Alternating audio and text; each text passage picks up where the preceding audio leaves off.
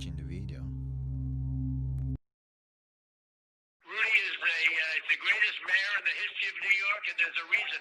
He's got great courage, and he doesn't care. He wants to do what's right.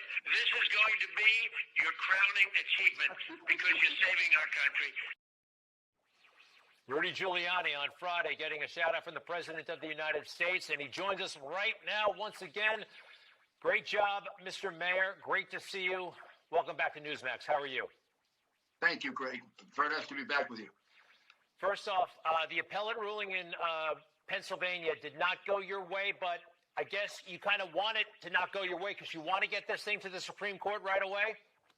Sure. I mean, what we wanted out of that case was a hearing so we could put our witnesses on. The judge wouldn't give us a hearing. The appellate court wouldn't give us a hearing. But we got our hearing with the state legislature.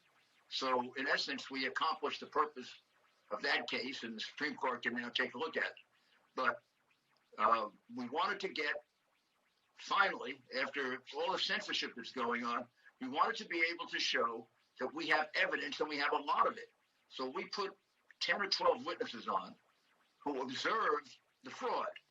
They observed the counting of ballots multiple times, the same ballot being entered in the machine multiple times. They observed the complete isolation of the Republican inspectors for well over 600,000 ballots. And the only reason that was done is so that they could cheat. They didn't want to be observed cheating. We had witnesses that said that in one part of the state, if you made a mistake on the ballot, you could fix it. Other part of the state, the Republican part, you couldn't. Well, fixing it means committing forgery. When you fix a ballot after it's been submitted, there's kind of like forgery involved. And then you have this very strange situation where there are more ballots that were counted than were sent out by a couple 100,000. Now, how did that happen? Well, Mr. Mayor, wait a second. You just said you have evidence.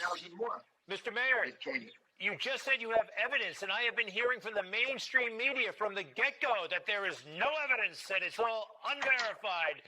And you made that point in the press conference last week. You've got affidavits. You've got hundreds of them. You unveiled some of the evidence at that hearing, and they continually say you have no evidence, and all of this is unsubstantiated. Even after the hearing with the witness, three of them very, very distinguished careers in the military. One of them is a cyber expert who actually can testify to how information was being taken out of the machines. People, lawyers, doctors, I mean, people, very substantial people and very regular people.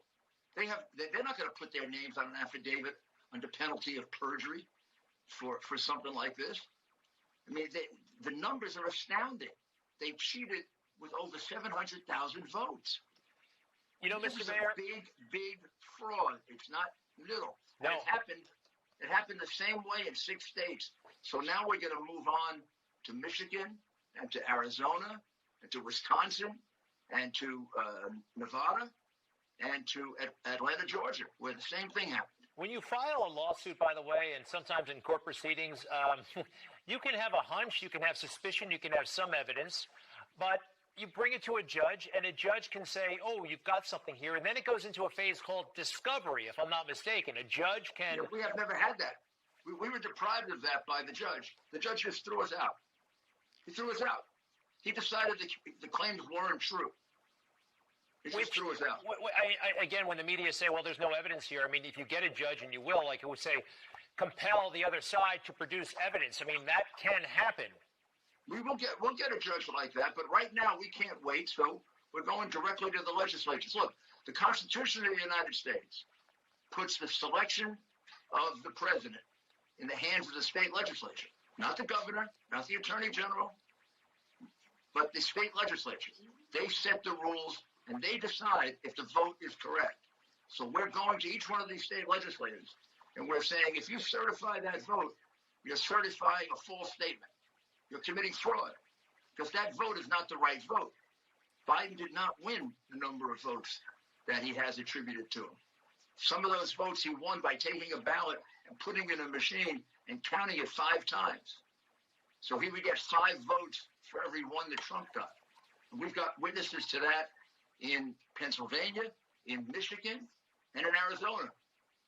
So that's the game plan. They followed the same fraudulent patterns in the big cities where they control like dictators, where the Democrats have dictatorial control and plenty of corruption. You know, it's wild. They keep accusing your side of waging a coup, and everything you're doing is totally legal, within bounds. The Electoral College has not convened. These things haven't been sent in yet, which I find ridiculous. So has your strategy shifted, though, to primarily a political one than a legal one? There's not enough time, perhaps, to get relief from the courts, so you're going right to the legislatures, all of them that you just mentioned, and basically trying to persuade them this happened. So electorally, when you guys get together, your electoral vote should not be allocated for Biden. We're doing both with equal speed, enthusiasm, and taking advantage of which one gives us the hearing the quickest and which one will work fastest for us, because we don't have a lot of time. We've got a lot of evidence. We don't have a lot of time, and when we're facing a major censorship, so that it's very hard to get this information out to the public. Public has only a small idea of the kind of evidence that we have. You know, the situation in Michigan was worse than the situation in Pennsylvania. The situation in Wisconsin was outrageous. I mean, they have all these absentee ballots without applications. In Nevada, they used a machine that basically didn't work, and it let every signature go through, even though it's illegal to use the machine. I mean, they cheated in all the places that were critical to them. And you know they did, because Trump was way ahead on the night of the election. It's impossible that Biden would have come back in every single one of those places. Impossible. Especially places like, well, you know, the four cities where he beat Hillary Clinton. Only 4 cities did he do better than Hillary, which is pretty wild. Milwaukee, Detroit, Atlanta, and Philadelphia happen to be key cities in great big swing states run by Democrats. I think there could be something there, don't you think? Oh, there definitely is. They picked what you would call home field advantage. Home field advantage means cities that they've been running for 30, 40, 50, 60 years, and they're crooked as heck. I mean, crooked from top to bottom, including some of the judges.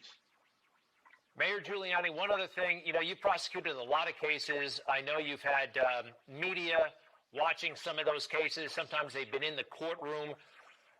How much can they influence the events that are actually happening right now? Can it be overstated? Can it be understated, misunderstood? Because, you know, they're selling a narrative that is not in agreement with what you're putting out there. Can it be neutralized? Does it really matter in the end, or is it having an impact?